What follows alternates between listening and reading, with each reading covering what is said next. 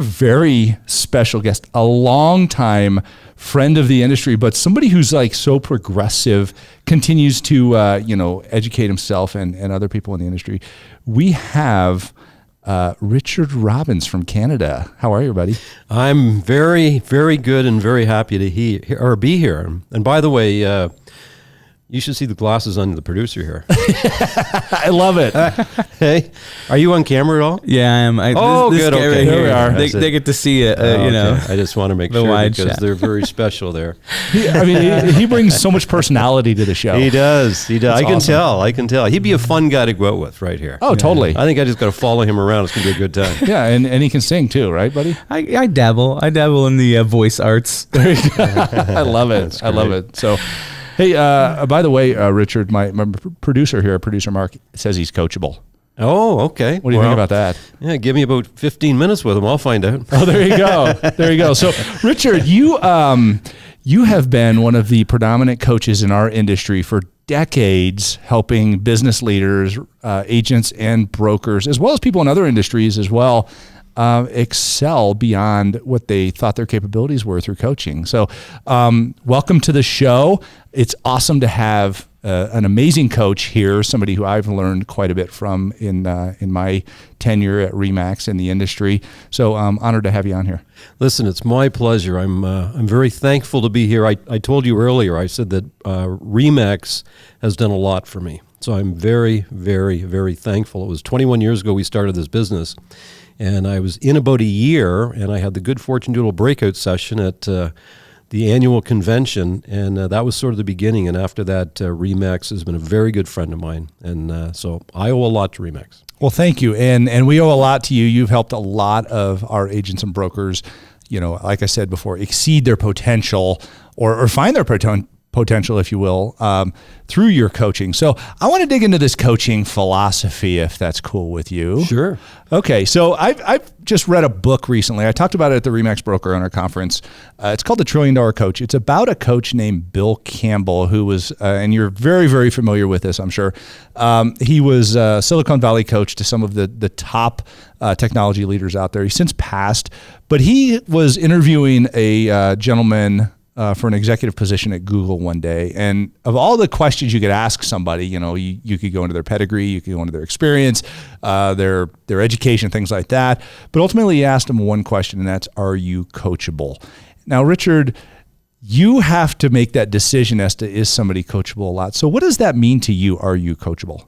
Well, when I see coachable people, well, here's an example. I remember Wayne Gretzky, we all know, very, very good hockey player, probably the greatest hockey player ever played the game.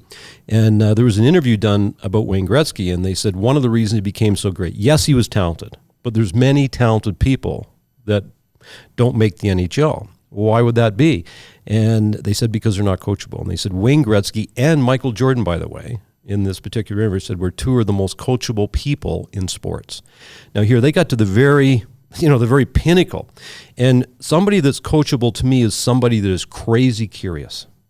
Well, I like that. They know they don't know it all. You can say in the world we live in, there's what I know, there's what I don't know, right? And there's what I don't know. And the power of crazy curious people want to know what it is they don't know. It's like they know that there's a huge blind spot in their life. They don't even know what it is. And those people are the people that I find that are very, very coachable. They tend to ask a lot of questions. They tend to be learners, of course, right? But then there's some people that aren't coachable that are learners because they want to do it on their own. So to me, it's just all people that are crazy curious. So do you think a lot of people ignore that blind spot in their life? Sure. I think it scares some people, right? Maybe they don't want to know. Hey, things are okay, I might have to work a little bit harder. Not so sure I want to work a little bit harder. Well, I might have to do something I really don't want to do. It's easy just to, as we all know, it's the easiest thing in the world is to keep doing what it is that you're doing. Because think about this. If you want to go somewhere in the world that you're not right now, right? You want to create a bigger, better future. Well, that's a conflict with the status quo. Okay, so in other words, you're going somewhere you've never been before. Yes. Well, when we tend to go on adventure to somewhere we've never been before, there's an emotion that comes with that, and it's fear. because you're going into uncharted territory. You're going to have to do some things that you don't want to do. Or you've never done before. You think, well, I don't know how to do that. Well, yeah, maybe you don't know how to do that, but how you can learn how to do it? You do it. So I think for a lot of people that I think maybe they don't want to see the blind spot because of fear. Here's a great example. I have an executive doctor, right? It's called Executive Health Center, and I pay her a certain amount of money every year, and I see her every quarter, and she checks me over with blood work, 22 vials of blood, and she can tell anything that's not running well in my body. The healthcare system should really be called the sick care system because they only see you when you're sick. Right. Well, why not work with people and keep them healthy so that they don't have to go into the hospital? I got a friend that he can afford this service. And I said to him, I said, her name's Dr. Elaine Shin. I said, you need to go see Dr. Elaine Shin. And you know what he said to me? I'm afraid of what you'll find. There's a warning sign. That's uncoachable because she's my health coach. Yes. So he's uncoachable. I'm afraid of what she might find. And he's not that old. He's probably 45 years old, very successful in the construction industry. Well, that's an uncoachable person. That's interesting. So we have to basically confront that fear and be willing to do it anyway. If you look at it, you say, if we want to produce bigger results in the world, there's going to be fear involved for all of us, for you, Adam, for me. That's the deal. That's the price to be paid to go somewhere we've never been before. But the beauty is, fear is just an unknown future. Nothing's happened, right? Nothing. He could be perfectly healthy. Right. And I'm sure he probably is. I look at him and he sure looks healthy to me. Right. Mid-40s, works out all the time. I'm going, that's what I said to him. I said, first of all, there's probably nothing. He goes, yeah, but what if there was? I said, wouldn't you rather know now than a year from now? Right. The earlier you find something, the more you can fix it. Same with your business. Interesting. Well, let's dig into that then. So you've been coaching, let's specifically carve off the real estate industry here. You've been working with agents and brokers for decades. 21 years, in fact, that you just talked about. They all have common challenges, I would say, in growing their business that create these fears that stop them from growing their business because they won't push through that. Mm-hmm. What do you think is the most common challenge facing a real estate agent today? Complacency. So in other words, think about this. You'll never find $1 million idea unless you have $1 million goal, right? So a lot of people, you know what they do? They wake up in the morning and I say this fully respectfully, don't take this the wrong way, but they've figured out how to earn a living because they're making their mortgage payments, they're making their car payments, right? So they figured that out, right? Because that's what is necessary for them. Well, if all of a sudden you decided you wanted to double your business, if you make it a necessity, you'll figure that one out too. But what happens is we quite often get to a point that we're going, have a pretty good month. Okay. Then I have 2 bad months, right? Or, I have a really good spring and then I cruise through July and August and can't get it going back in September. They've made enough to get by, but have they made enough to make their dreams come true? Okay. So I like that, getting by versus making your dreams come true. Mm-hmm.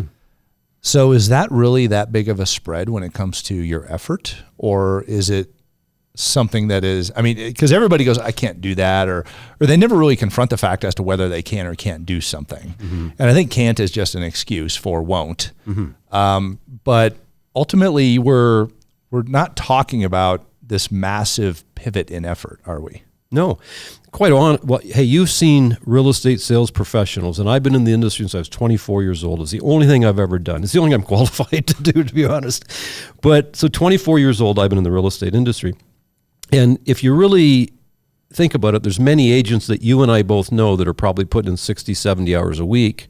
And maybe, I don't know, maybe they're grinding at $100,000, $125,000 a year in gross income, right?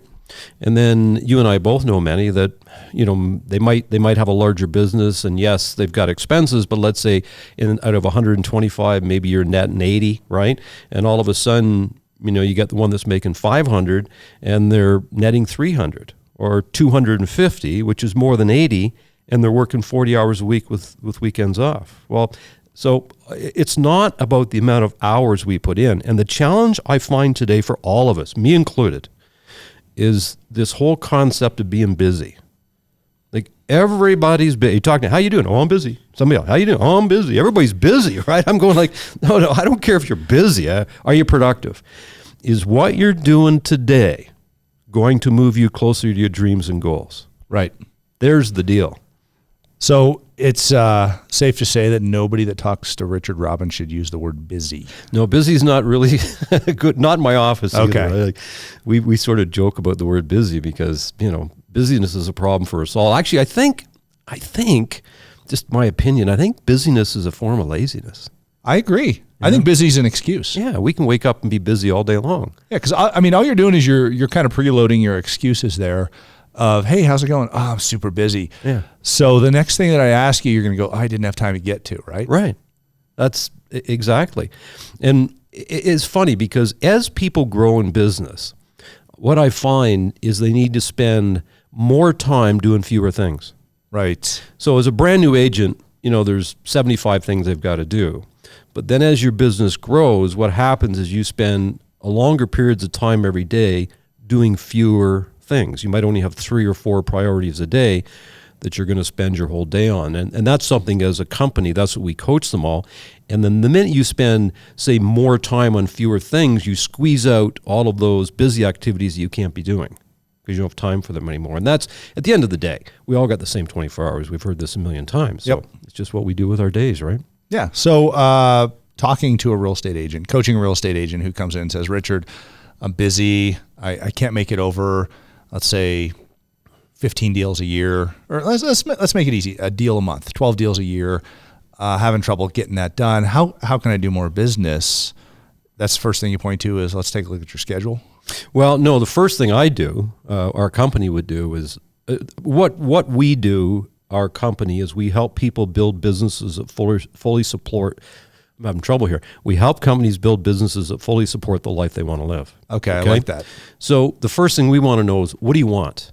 Right. Okay. So you want to build a team. Do you want to work 5 days a week? How many weeks off a year do you want to take? So our whole goal is to say, let's see what it is you want to build first. So your why. Yeah, it's your why. Because think about this. We don't work for money. We work for lifestyle. We work for freedom. Correct. Like real estate agents get into the real estate business, I think, for 2 freedoms: money freedom and time freedom. Bingo. And they get in, they say, okay, I'm going to get in, I'm going to make lots of money, I'm going to have all kinds of time off. And then the reverse happens. And, Walter Snyder said to me one day, he said that, real estate, you don't try real estate tries you. And, so true. And to a large degree, that's true. So what happens is they want those 2 freedoms, and then quite often they don't end up with either. And I'm a believer that you should have both of those freedoms. And by the way, what buys us freedom is money. Correct. So we have to decide, what do you want the money for? Because the money is just a vehicle to give you a lifestyle. Okay. Money will either buy you time or more leverage into your business. More leverage into your business. So the first thing we always do is say, okay, what are we creating here? And how can we create this vision for you that is so compelling for you that it becomes a must?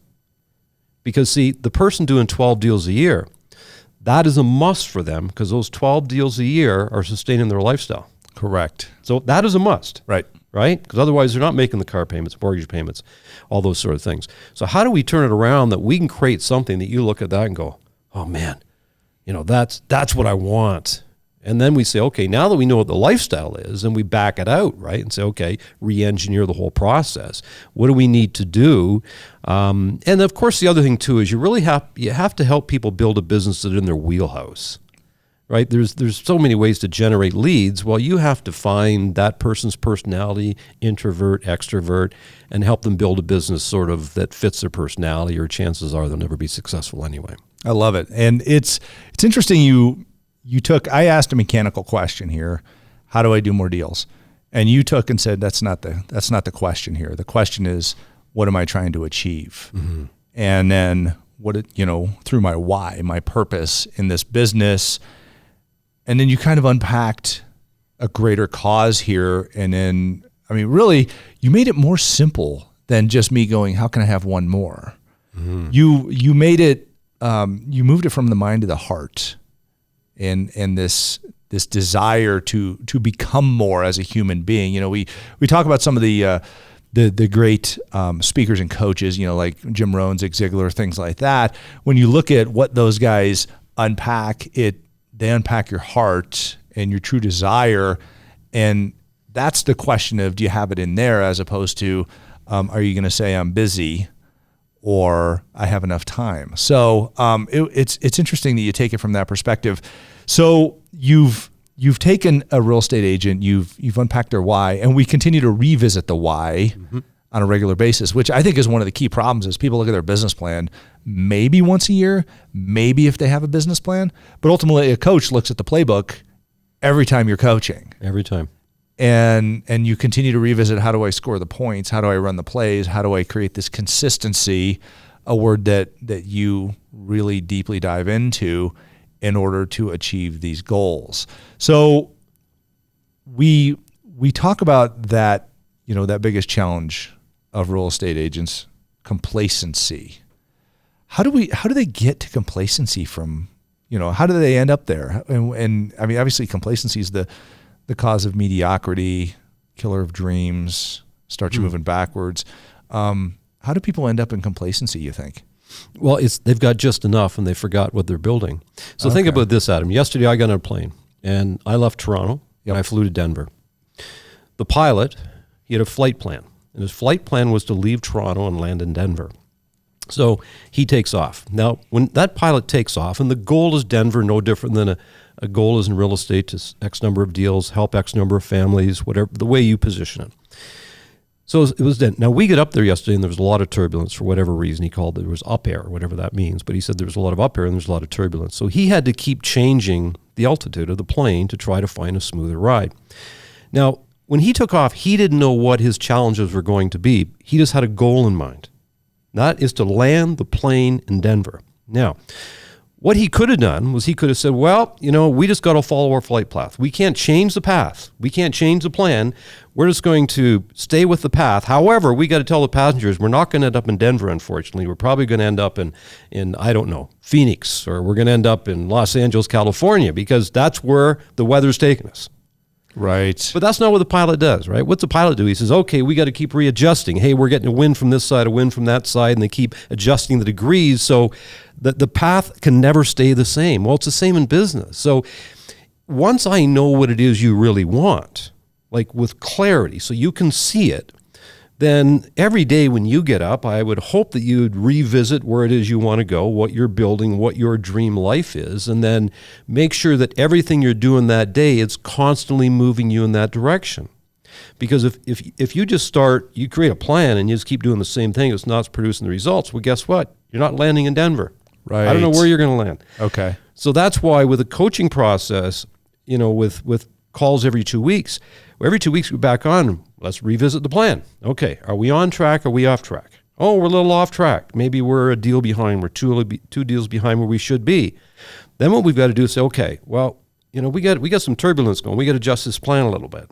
And so what we'll try to help people do is readjust their plan, which, believe it or not, invigorates them. Because sometimes people get bored, right? Same old, same old, same old. It's not working. I'm not going to hit my goal anyway. We go, no, you're going to hit your goal, right?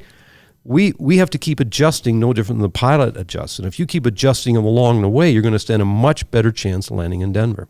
I love this. That pilot was honest with himself. Right. He was honest with everybody. I'm off track. Yeah, exactly. Mm-hmm. And I guess in order to be coachable, you got to be honest with yourself.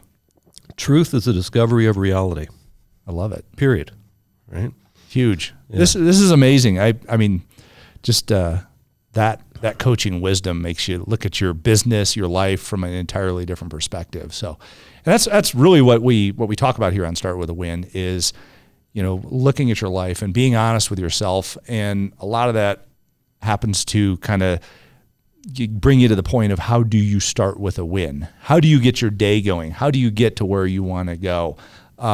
Richard, you're a very successful businessman, an amazing coach, amazing leader, but people look at someone like yourself and they go, okay, he must have the secret sauce, or maybe he's lucky, which I hate to hear, but you do operate with consistency, with honesty, with transparency in your own life to yourself, and you're honest to yourself and you're honest to those around you, and that means you work hard too. So how do you take and build in a win in that? How do you start your day with a win in order to achieve the things that you achieve?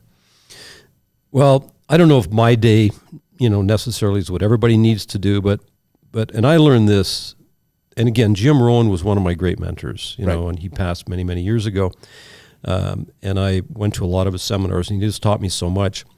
And then I started reading about, our thoughts, and I think our thoughts have such a great impact. So they say the average human being has 60,000 thoughts a day, and 95% of our thinking is habitual. So we tend to think the same way day in and day out. The challenge with that is that we all have good days, bad days. We have things happen in our life that are struggles and aren't struggles. And if we're not thinking properly, we're not going to be in the right space, because the way we think causes the way we feel. The way we feel generally causes the way we act, because most people act on their feelings, not despite their feelings. And the way we act every day is the results we get in our life. So the way I look at it is that, and we've all heard about the 3 or 4 inches between our ears, right? Makes all the difference in the world. So my belief is that our brain, our mind, is our software that runs the hardware, right? And it's interesting how so many of us get up in the morning and we get the hardware ready. We have a shower, we brush our teeth, we comb our hair. But how many people get the software ready? And I think very few people spend a lot of time getting the software. So what I've done is say that I need to program me so that I'm in the right mental state. I got the software program, so it's going to run the hardware that day. So, generally I get, I'm up at say 5 or 5:30, and I always have a coffee, and I sort of read a little bit to start my day. That's what I start. And then the next thing I do is I always like to go sweat somehow. I like to exercise a little bit, like I did this morning here. I went for a little run around, this is called the Tech Center, right? I think we're in? Yeah, the Tech Center. A little run around the Tech Center and, get a little exercise. And then what I do is then I'll actually open up my iPad, and I have a journal section on my iPad, and I write down, first of all, what went right yesterday, the day before. And because I don't want to focus on what went wrong, I want to focus on what went right, because believe me, some things didn't go so good yesterday, exactly, right? That's business. That's always happens. Right. Always happens. So what went right yesterday? Well, I had a really cool flight in. I got to relax a little bit. That's just, it can be anything. It could be, hey, my coffee was hot. I don't care what it is. Don't make a big deal about it, but start programming the software. And then I always write down 3 things I'm grateful for every day. And this has been taught now forever, right? Yeah. And again, I can't repeat the same thing in a month. Oh, that's an interesting perspective. Yeah, so for 1 month, they have to be different. And I'll tell you, when you get to the end of the month, sometimes I can go back. Did I already say that? And I go back and look, and I said that in the 5th. And sometimes I'm just, I'm sitting in this beautiful chair right here in my house, or, whatever. It can be a simple, crazy little thing.